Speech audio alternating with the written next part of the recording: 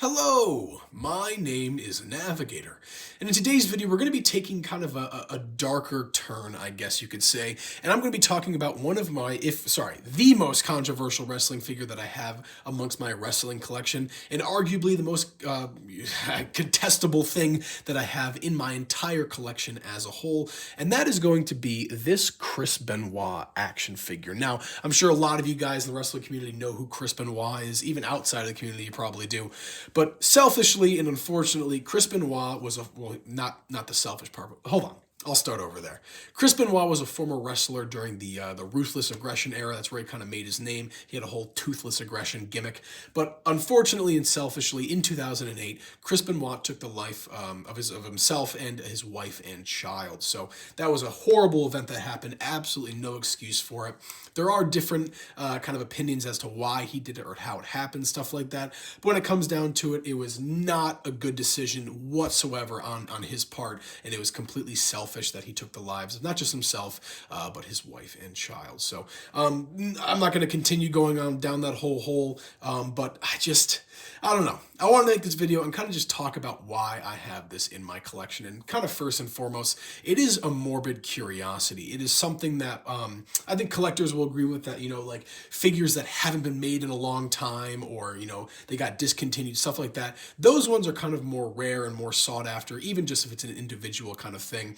But for me, that is Chris Benoit figures. I have always been looking for one. I'm sure you guys know I talk about it sometimes. I really just love like articulation. Articulation really is the deciding factor when it comes down to if I buy a figure or not.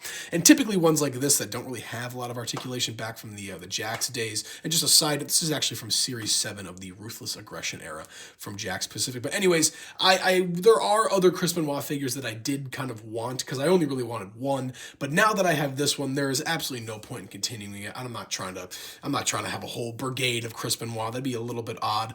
But this is just about as far as I will go regarding Chris Benoit. And again, it was kind of a morbid curiosity thing. I just really wanted to have at least one in my collection. And I will say this.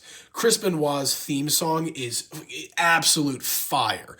I totally separate the theme song from everything else, because that song is just so awesome. That is the whole reason that I even started this, is because of that Chris Benoit theme. I honestly couldn't have cared less about him until I heard that theme song, and I was like, man, that's really, really cool. So anyways, that is kind of the catalyst as to why I wanted a Chris Benoit figure. I like the whole Wolverine gimmick that he had. I thought that was pretty cool. But anyways, I'm not even sure where I'm going with this. I just wanted to show this off to you guys. My most controversial wrestling figure in my collection. And I actually did just recently pick him up, so he is kind of a new addition. But yeah, nothing else I can really say. If you guys want to take a look at the figure itself, I can show you the articulation and all that. It's pretty all right for the day, I would say. I mean, if you were going to keep him in a static pose, it'd be better, as opposed to, like, if you were playing around with him. But yeah, I mean, good articulation on the arms, I guess. The hands are okay. No fisted hands, unfortunately.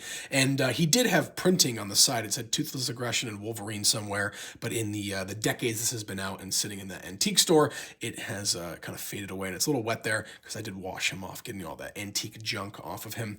But yeah, so guys, I'm not really sure what else I can say, but this is going to be the one and only Chris Benoit figure that I will have in my collection. Again, I see no need to continue my hunt for him, given his history. And yeah, that's really all I have to say, guys. There's nothing really else I can talk about. Let me know what you guys think. What do you think about Chris Benoit, his career, about, collecting his figures, anything like that? Just leave it in the comments below. I know that's kind of preaching to the choir there, because I only have 28 subscribers, but you guys catch my drift. So with all that being said, my name is Navigator. Have a nice day. Take care.